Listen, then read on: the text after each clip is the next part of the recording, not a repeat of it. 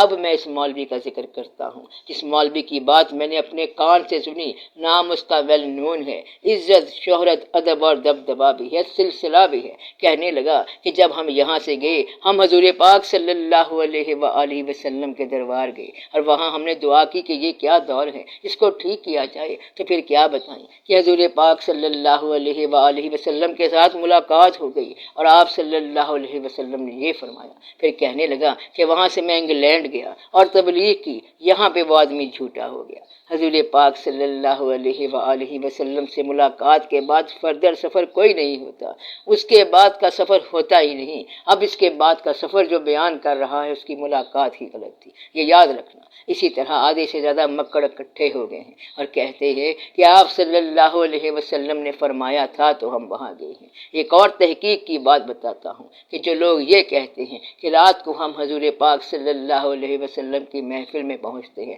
ان کو پہچاننا چاہیے۔ ایک آدمی نے دوسرے سے کہا کہ بڑے دن ہو گئے تم حضور غوث پاک رحمت اللہ کے دربار میں رات کو حاضر نہیں ہوتے۔ دوسرا ذرا سیانا تھا، اس نے کہا تم بھی رات کو نہیں گئے۔ تیسرا شخص بڑا حیران پریشان تھا اور اس نے چوتھے سے پوچھا کہ یہ کیا کہہ رہی ہیں؟ اس نے کہا یہ دونوں جھوٹ بول رہے ہیں، وہاں صرف میں ہی تھا۔ اب یہ جو جھوٹ بولنے والے کی بات ہے وہ یوں سمجھو کہ جو وہاں ہوتا ہے وہ بولتا ہی نہیں، تو وہاں ہونے والا آدمی، اس محفل میں جانے والا آدمی اس محفل کا ذکر ان لوگوں کے سامنے نہیں کرتا جو اس محفل میں نہیں ہوتے۔ اس لیے انہوں نے کہا ہے کہ خاصاں دیگل آماں اگے نہیں مناسب کرنی، مٹھی کھیر پکا محمد کتیاں اگے ترنی، کہ خاص لوگوں کی باتیں عام لوگوں میں بیان کرنا مناسب نہیں، اور اے محمد بخش یہ اس طرح ہے جیسے میٹھی کھیر پکا کے کتوں کے آگے رکھ دی جائے۔ تو یہ مثال ہے، تمثیل ہے۔ جس کو یقین حاصل ہو گیا، عین الیقین ہو گیا، تو وہ کمزور یقین والوں کے اوپر عین الیقین کو ترک نہیں کرتا۔ عین الیقین جو ہے وہ عین کے ذریعے ہوتا ہے، آنکھ کے ذریعے ہوتا ہے، اور عین الیقین والا اگلے کو دکھا کے بات کر سکتا ہے۔ تو یہ سارا واقعہ سرے نو کنسیڈر کرنے والا، غور کرنے والا ہے۔ لبھاتا ہے دل کو کلام خطیب مگر لذت شوق سے بے نصیب۔ تو واقعہ یہ ہوا پڑا ہے، سارا کھیل آگے پیچھے ہوا پڑا ہے۔ حضور پاک صلی اللہ علیہ وآلہ وسلم کے حوالے سے کچھ لوگوں نے جھوٹ بولنا شروع کر دیا ہے۔ اگر کوئی شخص آپ سے یہ کہے کہ میری حضور نبی کریم صلی اللہ علیہ وآلہ وسلم سے بات ہوئی ہے تو آپ صلی اللہ علیہ وسلم نے محفل میں یہ فرمایا ہے، تو یہ ایک ایسا راز ہے کہ آپ براہ راست یہ نہیں کہہ سکتے کہ ایسا نہیں ہوا۔ جس لیول کا وہ جھوٹ بول رہا ہے اس لیول کا آپ کے پاس اختیار ہونا چاہیے، کہیں ایسا نہ ہو کہ آپ اس کو منع کریں کہ یہ غلط بات ہے اور اس میں آپ کی محرومی کا امکان ہو جائے۔ اس لیے اس سے بات کیسے کہیں گے؟ اسے کہیں کہ جو بات تم کہہ رہے ہو وہ ٹھیک ہے لیکن تم جھوٹے ہو، اس لیے کہ یہ تو راز کی بات ہے، تو تم نے مجھے یہ کیوں بتائی؟ یہ بات اس کو بتائی جاتی ہے جس کو پہلے سے اطلاع ہو، تو یہ پیغام اس کو دیا جاتا ہے۔ اگر تو آپ کے لیے حضور پاک صلی اللہ علیہ وآلہ وسلم کا کوئی پیغام ہے تو وہ پیغام براہ راست بھی آپ پر آ سکتا ہے، یا اس کا اشارہ ہو سکتا ہے، یا آپ کی جو ضرورت ہوتی ہے یا تکلیف ہوتی ہے تو دوسرا شخص آپ کو کہتا ہے کہ حضور پاک صلی اللہ علیہ وآلہ وسلم نے یہ فرمایا ہے، اور اگر وہ شخص اپنی بڑائی کے لیے کہہ رہا ہے تو پھر اسے کہو کہ میں بات کے بارے میں تو کچھ نہیں کہتا کیونکہ یہ حضور پاک صلی اللہ علیہ وآلہ وسلم کی بات ہے، مگر تمہیں میں کہتا ہوں تو تم جھوٹے ہو کیونکہ تم نے اتنا بڑا راز بغیر سبب کے بتا دیا۔ تو مشاہدہ برحق ہے لیکن بیان کرنے والا جھوٹا ہے۔ تو یہ سارا واقعہ ہوا پڑا ہے۔ یہ لوگ ایک دوسرے کے ساتھ کھیل کرتے رہتے ہیں، یہ سمجھتے ہیں کہ یہ یوں ہے۔ ایک اندھے نے دوسرے اندھے سے کہا کہ میں دیکھ رہا ہوں، تو دیکھنے والا جو تھا وہ رونے لگ گیا کہ میں کیا بتاؤں کہ یہ کیا کہہ رہا ہے۔ تو جب اندھے ایسا بیان دینے لگ جائیں تو دیکھنے والا کیا کرے گا؟ وہ اپنی آنکھیں پھوڑ لے گا۔ تو یہ واقعہ ہوا پڑا ہے، اس لیے آپ بڑے دھیان سے یہ سب دیکھا کریں۔ اب اس بات کا نتیجہ یہ ہے، فیصلہ یہ ہے کہ آپ کا اپنا اللہ ہے، اپنے اللہ کے حبیب صلی اللہ علیہ وآلہ وسلم ہے، اپنا سفر ہے، زندگی کو قبر کا سفر سمجھو۔ یہ زندگی تنہا قبر ہے، نیکیاں کرنے کا موقع ہے، نیکیاں کرتے جاؤ، گلا چھوڑنے کا موقع ہے، گلا چھوڑ دو، ایک دوسرے کو معاف کرتے جاؤ۔ بس اپنی زندگی کو، لیونگ لائف کو قبر سمجھو۔ آپ قبر کے سفر میں ہیں، جھوٹ بولنا چھوڑ دیں، بہتر ہے کہ بولنا ہی چھوڑ دیں، یعنی اگر جھوٹ بولا جاتا ہے تو نہ ہی بولیں، چپ ہی رہیں تو بہتر ہے۔ یہ چند دن کا میلہ ہے، اگر قبر سے پہلے قبر بنا لو تو اسے کہتے ہیں مرنے سے پہلے مر جانا، کہ اپنے آپ کو چپکے سے علیحدہ کر لو، آج سے پھر پیدا ہو جاؤ، پچھلی زندگی سے توبہ کر لو، نئی زندگی کا آغاز کر لو، انسانوں کو معذرت کے ساتھ معاف کر دو، انہیں کہو میں اب مر گیا، ختم ہو گیا، اب میں کے بغیر کارروائی کرو، اپنے آپ کو وجود اور عدم دونوں سے باہر کر دو۔ یہ نہ کہنا کہ میرے بڑے فرائض ہیں، یہ آپ کے مرنے کے بعد کیسے پورے ہوں گے، یہ بھی ہو جائیں گے، جیسے آپ کے ابا کے مرنے کے بعد زندگی چل رہی ہے اسی طرح بچوں کی بھی ہو جائے گی، تو آپ گھبرایا نہ کریں، اپنے آپ کو بچا لو۔ اگر آپ عمل نہ بھی کر سکے تو بھی اپنے عقیدے کو تسلیم کر لیں، تو تسلیم کی حد تک تو عمل کر جاؤ، پوری طرح کر جاؤ، پھر مسئلہ حل ہو جائے گا۔ مسلمانوں نے اسلام پر بڑا سخت ظلم کیا اور اپنے پاس سے گپے لگا دی، بے شمار داستانیں اپنے پاس سے بنا لی، کچھ لوگوں نے کہانیاں تو اپنی طرف سے بنائی مگر ان کا نتیجہ سچا تھا، تو سچے نتیجے کو بیان کرنے کے لیے، انہیں فورس دینے کے لیے اپنی طرف سے کہانی بنانے کا جو امیجنری جھوٹ ہے اس کی معافی ہے، اگر نتیجہ سچ ہے تو پھر وہ ٹھیک ہے، اس لیے اس نیت کو اللہ نے معاف کر دیا۔ تو آپ صرف سچ بولو، نہیں تو کچھ نہ بولو، اگر جھوٹ بولنا لازمی ہو جائے تو چپ کر کے وہاں سے نکل جاؤ اور کہو کہ نمی دانم، یعنی میں نہیں جانتا۔ اب تو نمی دانم والا دانم بیان کر رہا ہے، نمی دانم چاہ منزل بود شب جائے کہ من بودم، کہ میں نہیں جانتا کہ وہ کون سی منزل تھی، جگہ تھی جہاں میں اس رات کو تھا۔ اصل میں یہ بات آ رہا ہے، اصل میں یہ بتا رہا ہے کہ رات کو میں کہیں تھا، لیکن کہہ رہا ہے کہ مجھے نہیں پتا کہ وہ جگہ کیا تھی، کیا منزل تھی۔ خدا خود میرے مجلس بود اندر لامکا خسرو، خدا خود میرے مجلس بود اندر لامکا خسرو، محمد شمع محفل بود شب جائے کہ من بودم۔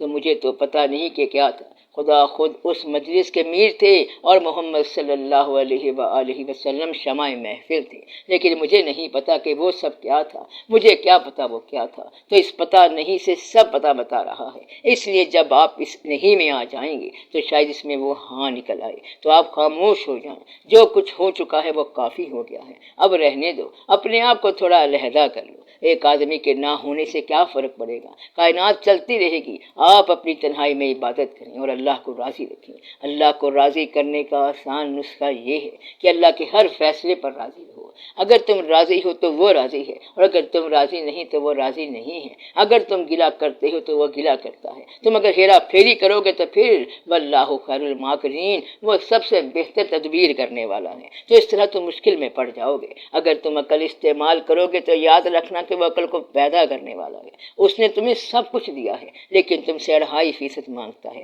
اگر تمہیں یہ احساس ہو جائے کہ 2.5% تم واقعی اللہ کو دے رہے ہو تو تم سارا کچھ دے دو گے، لیکن تمہیں یہ پتا ہوتا ہے کہ تم اللہ کو نہیں دے رہے، یعنی کہ اگر اللہ کی بات کی یہ سمجھ آ جائے کہ یہ بات واقعی وہ خود کر رہا ہے تو پھر تو باقی بات ختم ہو جاتی ہے۔ اگر اللہ براہ راست یہ پوچھ لے کہ تمہیں کیا چاہیے تو پھر اس کے بعد کیا بات کر سکو گے، پھر تو تم بات نہیں کر سکو گے۔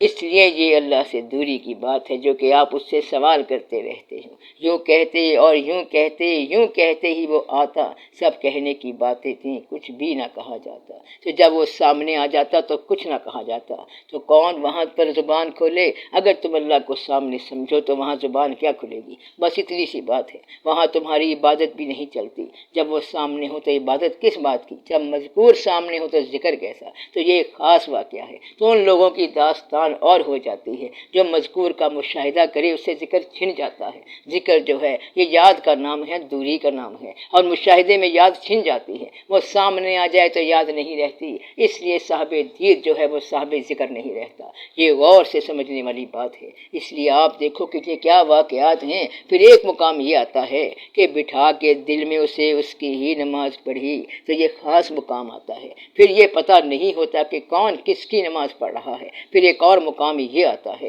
اپنے سجدے کا حرم کو حکم فرماتا ہوں میں، تو وحدت الوجود کا یہ خاص مقام ہوتا ہے۔ آپ کے لیے بہتر یہ ہے کہ آسان زندگی گزاریں۔ آپ سوال ضرور کیا کریں، مگر اپنے مسئلے کے حل کے لیے کچھ پوچھیں۔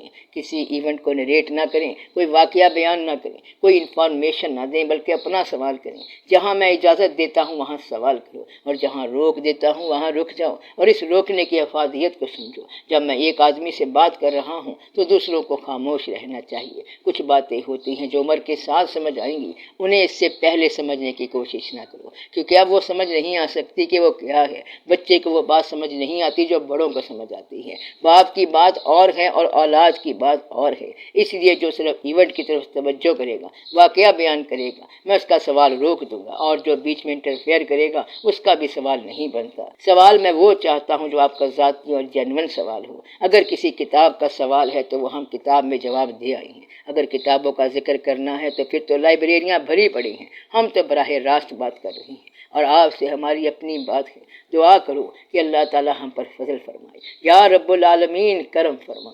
صلی اللہ تعالی علی خیر خلقہ وَنُورِ عرشہ محمد وآلہ وأصحابہ اجمعین، آمین برحمتک یا ارحم الراحمین۔